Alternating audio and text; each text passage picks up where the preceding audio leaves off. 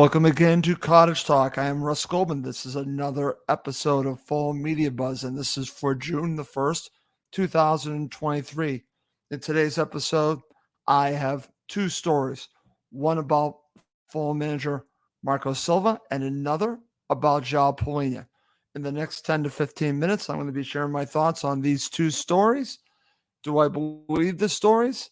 And what I think of what could potentially happen with the Fulham manager and this Fulham player who's very important to everything that Fulham do. So I'll be sharing my thoughts on these two stories coming up next. But before I do that, as always, please do subscribe on YouTube and Apple Podcasts. It does help other Fulham supporters find us. Also, please do leave us a review on Apple Podcasts. Would really appreciate that. Okay, let's get to it. And let's get started with talking about Marco Silva. This is almost becoming, well, both of these stories are really the never-ending story. This one is on Marco Silva. So, according to the Daily Telegraph, Tottenham have Marco Silva on a three-person shortlist for their new manager. So, if you believe the story in the Daily Telegraph, they're still interested in Marco Silva. They've been targeting, I've been seeing reports on the Celtic manager, but according to this article in the Daily Telegraph, Marco is still in the running for that. This is according to this article that there's interest from Tottenham of Marco Silva. Now, a couple things. Do I believe the story? Yes, I believe the story because he's been linked before and several other outlets have mentioned that. So I am believing this story from the Daily Telegraph. However, what this story does not mention is, does Marco Silva have any interest? And that's where I'm going to go on this. Do you think Marco Silva would be interested in the job? Do you believe that he would have interest? Well, listen, it's a top club in England. So on the face of it, you would say Marco might have interest in Tottenham Hotspur. However, this club right now is toxic. It's completely, utterly toxic. They're dealing with several issues with several big-time players. We're talking Harry Kane. If you're Marco Silva, would you want to take this job? Why are they having a hard time finding a manager? Because the job itself might not be as good as people think it is or what it might have been. Partially, I think because the way it's being run, not a fan of Daniel Levy whatsoever. And that has to be a factor in why Spurs are struggling to find their next manager. Who in their right mind would want to manage this team? I'm hoping that if it ever got to the point where they approached Marco, that he would turn this down, because I think anyone that takes the Spurs job right now is just asking for trouble. I think that this is not a good job right now. Could it be someday? Possibly. But as long as Levy is running the show, I have a hard time feeling that this club is a place where a manager should go, because it's a difficult place to be a manager. The expectations are also very high with Tottenham Hotspur, which is understandable. High profile. I get all of that. But if you're a manager, you have to understand what you would be getting yourself into. This is a club and supporters that expect and really want to not just be at the top of England. They want to be in the Champions League. They also want to win the league.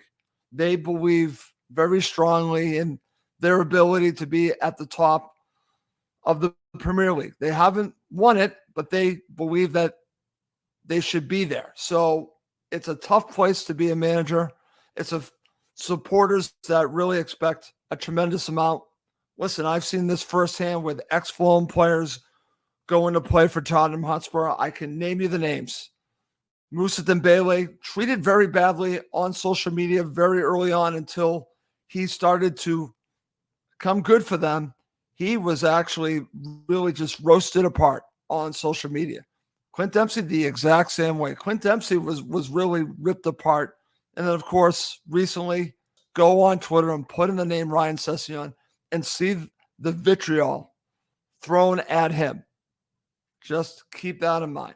So if you are a manager, you have to take all this into consideration. The type of money that you're going to have to spend, the players you might lose, the expectations are very high. This is a difficult place to be a manager. If I'm Marco Silva, I stay as far away from Tottenham Hotspur as possible. I just think that this is really a bad place to be a manager right now.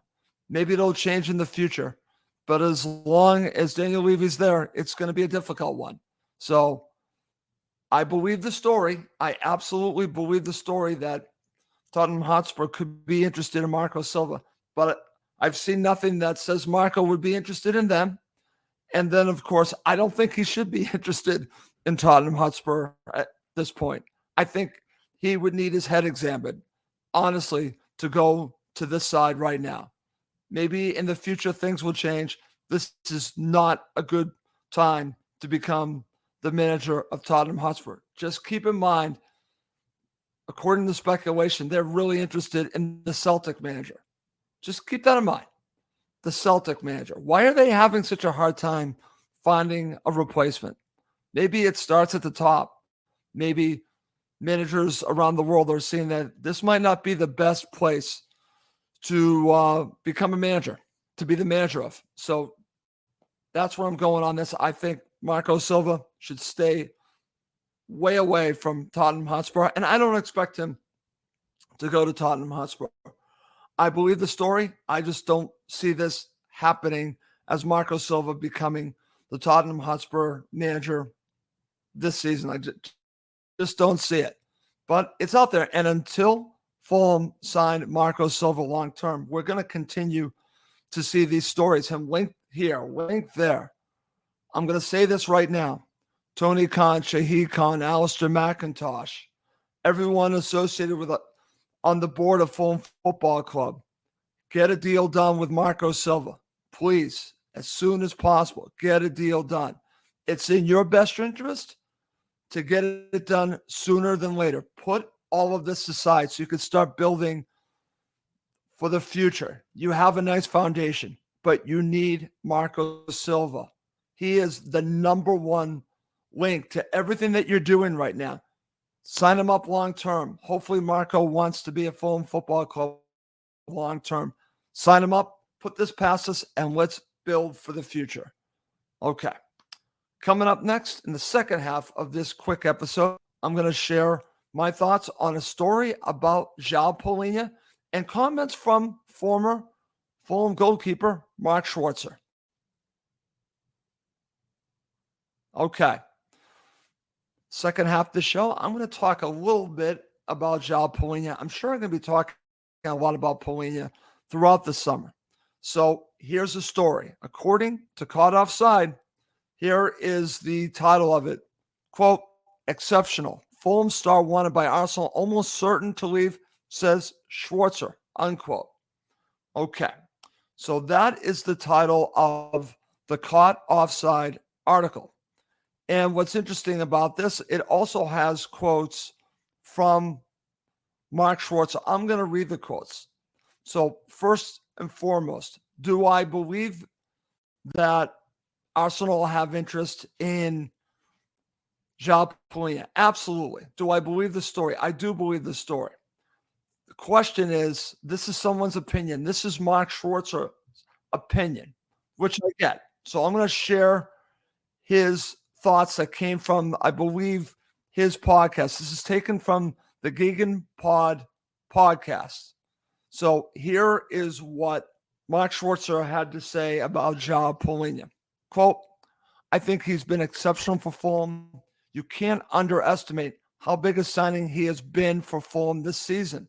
Quote, he said, talking about Schwarzer. Quote, I mean, I would be surprised if he stayed at Fulham this summer.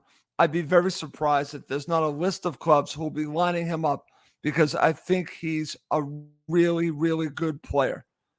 He's underrated in a lot of ways, unquote.